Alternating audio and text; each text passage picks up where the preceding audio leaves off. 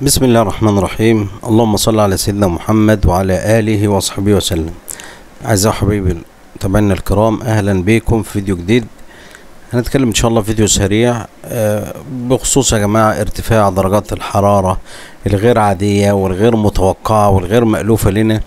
طبعا يعني بيحصل مشاكل كتير جدا جدا لقطاع الدواجن والطيور والقطاع الحيواني عموما، لان احنا ممرش علينا درجات حرارة عالية زي درجات الحرارة دي. فهل هنوقف تربية دواجن ولا هنربي وهتبقى الخسارة كبيرة، ولا ربنا هيعديها معانا على خير، ولا نبدأ تربية ابتداء مثلا من شهر 9 أو 10، ولا ممكن نربي دلوقتي، وايه الاحتياطات اللي ممكن نعملها؟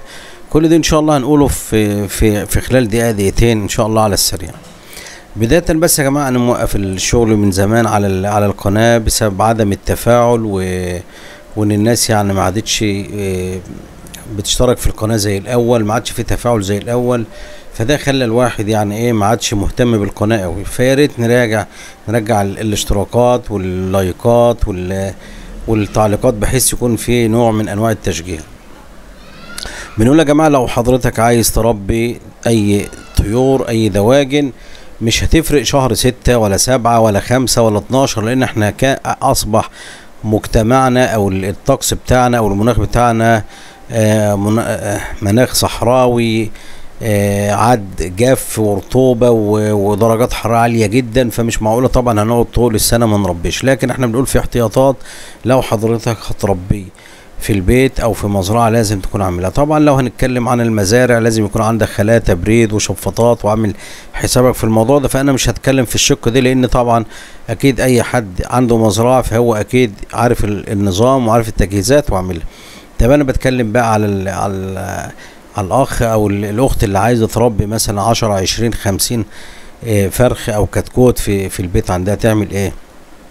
في حاجات لازم نتكلم ونكون فاهمينها. عندنا نمرة 1 لازم يكون باستمرار عندي فيتامين ج او فيتامين س للطيور دهيا. يعني ممكن انا بستعيد بالحاجات دي، ممكن عصرة ليمونة، ممكن يعني عايز اجيب فيتامين مثلا سيلينيوم، عايز اجيب الف د 3 في فيتامينات كتير.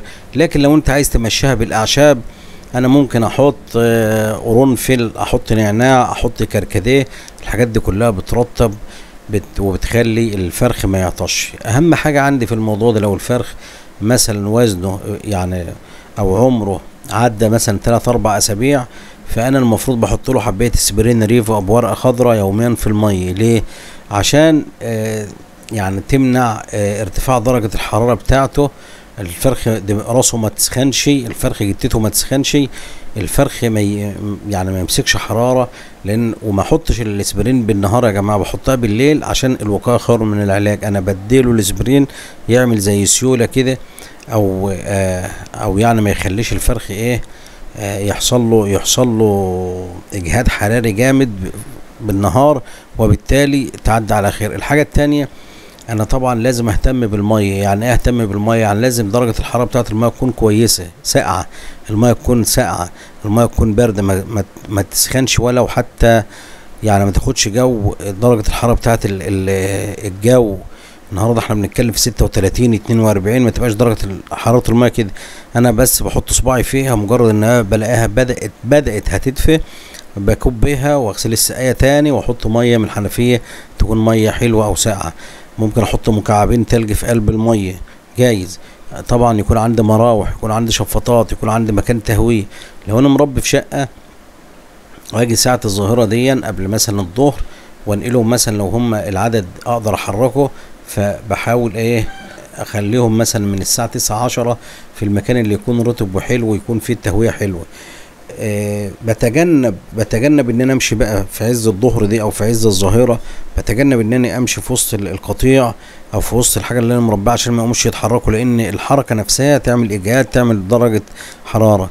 برفع العلف من قدامهم من الساعه 10 او 9 ونص على حسب درجه الحراره. يعني انا بفضل سايب الاكل طول الليل والميه، اجي بالنهار من الساعه 9 الصبح ارفع الاكل احوشه لحد مثلا المغرب او لحد مثلا الساعه 5 6 حسب ما ايه ما الاقي درجه الحراره بدات تتكسر وبدات الجو يرطب ويبقى كويس. هتقول لي طب الفرخه يقعد 6 ساعات او 7 ساعات من غير اكل، يقعد يعني افضل 100 مرة من ان انا اكله، وبعدين يحصل له حموه في الحصالة بتاعته، فيبدأ يشرب مية فتبعجر، وايه، وبعد كده يرجع مية سخنة ويحصل له بكتيريا هوائية والكلام ده. فاحنا بنتكلم لازم ارفع الاكل من قدامه بالنهار، احط اسبرين، احط ليمون، الليمون فيتامين سي جميل، احط مثلا اي فيتامينات مثلا موجودة، احط سكر، يعني اي فيتامينات ترفع درجة الحرارة. وحذار يا جماعة، ما حدش يدي مضادات حيوية في الحر. الفرخ اما يكون هبطان اوعى تديله مضاد حيوي، الفرخ بينهج اوعى تديله مضاد حيوي. الفرخ محتاج منشط، محتاج غسيل كلوي، محتاج رافع مناعة، محتاج حاجة تقويه مش تضعف مناعته. فبلاش المضادات الحيوية. لو هنتكلم النهاردة عن اسعار الرومي والدواجن على السريع، احنا بنتكلم النهاردة بنقول الرومي الابيض بيتراوح سعره من 210 ل 220، الرومي الاسمر بيتراوح سعره من 100 ل 110، البط المسكوفي بيتراوح سعره من 70 جنيه ل 80 جنيه البطة، عمره 10 15 يوم. الفراخ البيضة حضراتكم عارفين طبعا النهارده بنتكلم في 69 70 جنيه الكيلو. البط المسكوفي بنتكلم 100 110. الفراخ البلدي بنتكلم في فراخ نص كيلو بنتكلم في 120 125 جنيه الكيلو. الفرخ الكيلو بيعمل له حوالي فرخين. بالنسبة للكتاكيت طبعا الكتكوت الساسو النهارده بيعمل 17 جنيه، والبلدي المشعر بيعمل النهارده حوالي 9 جنيه 9 ونص. البلدي العجين بيعمل حوالي 12 جنيه. الكتكوت الفيوم بيعمل له حوالي 12 13 جنيه. الجميزة بيعمل له 14 15. الساسو بيعمل 17. الكتكوت الابيض على حسب القطعان او الاهالي بنتكلم في 20 22، والشركات بنتكلم في حوالي 27 جنيه ل 30 جنيه. ده بالنسبة لأسعار الكتاكيت والفراخ على السريع. بزعل يا جماعة لأن بلاقي ناس بتتكلم في وادي تاني خالص، وتحط يعني بتحط عناوين تجذب الواحد، هبوط حاد، وان الفراخ البيضة بقت سعرها بالارض ومعرفش ايه، وبقت برخص التراب، ونزول الاسعار 100%. تدخل تلاقي هو نفس السعر بتاع امبارح، تلاقي يقول لك ارتفاع حد في الاسعار، والسعر الفراخ ركب الصاروخ وما عادش حد يعرف يشتري فراخ وكذا وكذا. تدخل تلاقي نفس سعر امبارح. طب ما نخلي في مصداقيه، وكل واحد يتكلم بمرضي الله ويقول ثبات، حتى في العنوان بره ثبات اسعار الدواجن والطيور، بحيث انا عايز ادخل اتفرج، ادخل اشوف الفيديو، ما ادخلش لكن تحط لي فيديو، تحط لي عنوان يجذبني ويحسسني ان الدنيا وقعت، وادخل جري واقعد اتفرج بال15 وال17 دقيقه، وفي النهايه الاقيه نفس الفيديو بتاع امبارح واول، وبتعمل لي في اليوم 6 7 فيديوهات. يعني ايه، الناس تراعي ربنا شويه في الزباين او في العملاء، لان مش هقعد ادخل كل شويه اتفرج على فيديو عشان اتابع اخبار الاسعار. السمانه يا جماعه النهارده احنا بنتكلم في سعر السمانه من 4.5 ل 5 جنيه عمر يوم.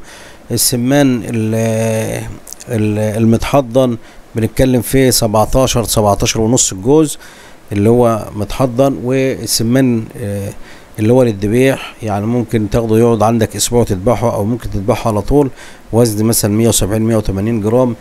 بنتكلم الجوز من 60 ل 65 جنيه. في النهاية بتمنى التوفيق للجميع، والسلام عليكم ورحمة الله وبركاته.